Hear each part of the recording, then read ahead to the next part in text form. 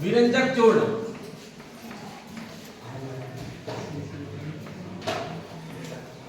विरंजक चूर्ण, revision class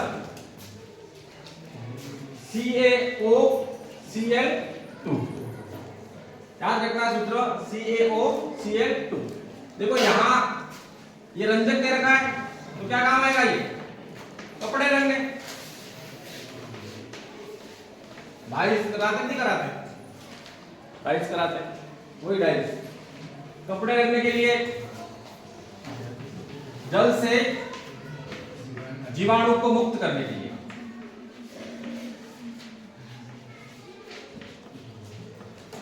क्लोरीनीकरण कहा जाता है।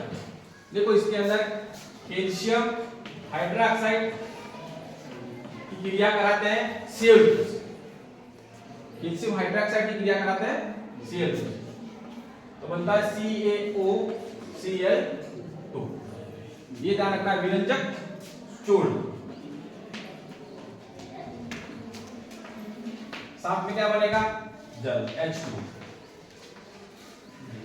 तो रोगाणु मुक्त या जीवाणु मुक्त करने के लिए, किसको, जल को जीवाणु मुक्त करने के लिए, कपड़ों को रंगने के लिए, जो लिनेन के कपड़े होते हैं, जितने भी कलर दिख रहे हैं आपको, वस्त्र उद्योग के अंदर इसका उपयोग किया जाता है। और कई रासायनिक उद्योगों के अंदर अपचायक के रूप में भी इसका उपयोग किया जाता है। आपको ध्यान रखना है, इसका सूत्र क्या है, CaOCl2, CaOCl2। तो कैल्शियम हाइड्रोक्साइड और Cl2 की क्रिया से क्या बनेगा, CaOCl2 और H2 क्या है, जल।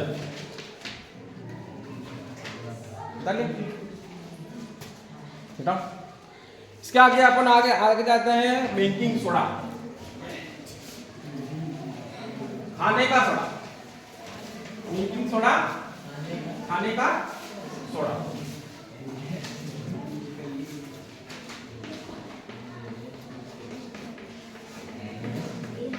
बेकिंग सोडा यानी कि खाने का सोडा।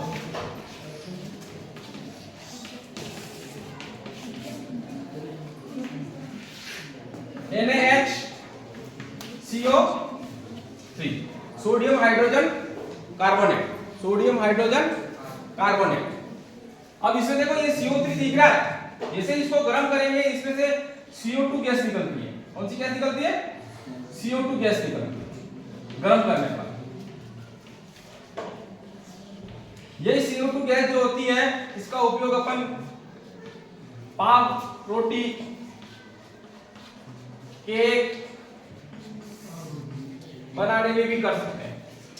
इसके बाद में एंटासिड के रूप में, एंटासिड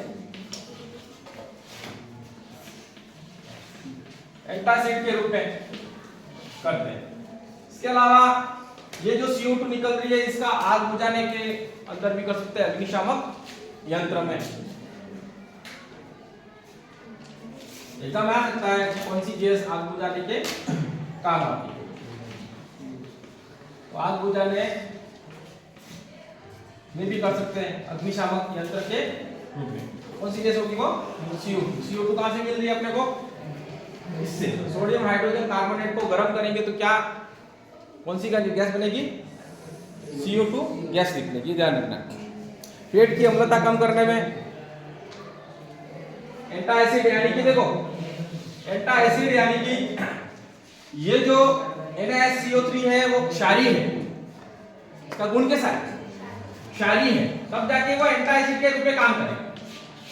क्योंकि अपन ने पढ़ा है कि 0 से 7 यानी कि 7 से कम, 7 से कम अम्लीय है, और 7 से 14 क्षारीय गुण है, क्षारीयता बढ़ती है। और 7 वाला उदासीन है, 7 वाला उदासीन है। तो आपका जो आसुत जल है, आसुत जल का सूत्र, जो अपन आसुत जल है, इसका pH मान 7 होता है। कितना होता है, 7। क्षारीयता इधर देखना, 7 से 14 की तरफ क्षारीयता बढ़ेगी, और 7 से 0 की तरफ अम्लता बढ़ेगी। इधर समझ रहे हो? यदि ऐसा आ जाए pH 1 और 2 में स्ट्रॉन्ग एसिड कौन सा है, तो 1 वाला स्ट्रॉन्ग है, ये ध्यान रखना। ये जो कम 1 है ना वो ज्यादा स्ट्रॉन्ग है, 2 वाला थोड़ा कमजोर है, क्योंकि 7 से 0 की तरफ बढ़ रही है। तीर दिख रहा है? 7 से 0 की तरफ अम्लता बढ़ रही है। अब आपने देखा होगा अपना जो ब्लड है, मानव रक्त है ना, मानव रक्त हल्का क्षारीय होता है, हल्का क्षारीय होता है। पीएच ध्यान रखना 7.4, हल्का क्षारीय। शैम्पू है आपका, ये भी क्षारीय है। Milk of magnesia, milk of magnesia, ये भी क्षारीय है। इसके बाद में है धोने का सोडा, धोने का सोडा, धोने का सोडा।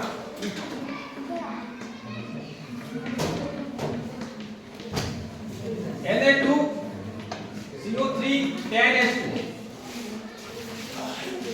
जल के अणु कितना है 10, ये ध्यान रखना। इसके अंदर जल के अणु की मात्रा कितनी है 10। सूत्र क्या है Na2CO3। धोने का सोडा किस काम आता है, सब जानते ही हो, सूत्र याद रखना। इसके बाद है plaster of Paris, plaster of Paris, सूत्र याद रखना CaOE।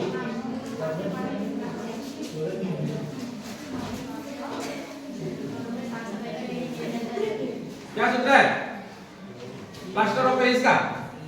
CaSO4 1/2 H2O, यही है CaSO4 1/2 H2O, कैल्शियम सल्फेट का अर्धहाइड्रेट, कैल्शियम सल्फेट का अर्धहाइड्रेट। इसकी क्रिया जब 1 से 1/2 H2O से हो जाएगी तो ये क्या बन जाएगा जिप्सम। जिप्सम का सूत्र क्या हो जाएगा CaSO4 2H2O। तो जिप्सम के अंदर अणु कितने हो जाएंगे 2, ठीक है।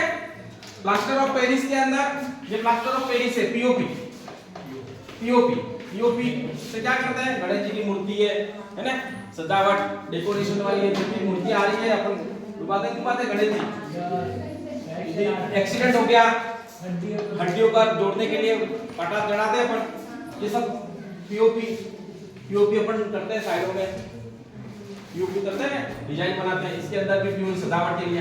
इसके बाद एक है कॉपर सल्फेट, कॉपर सल्फेट के अंदर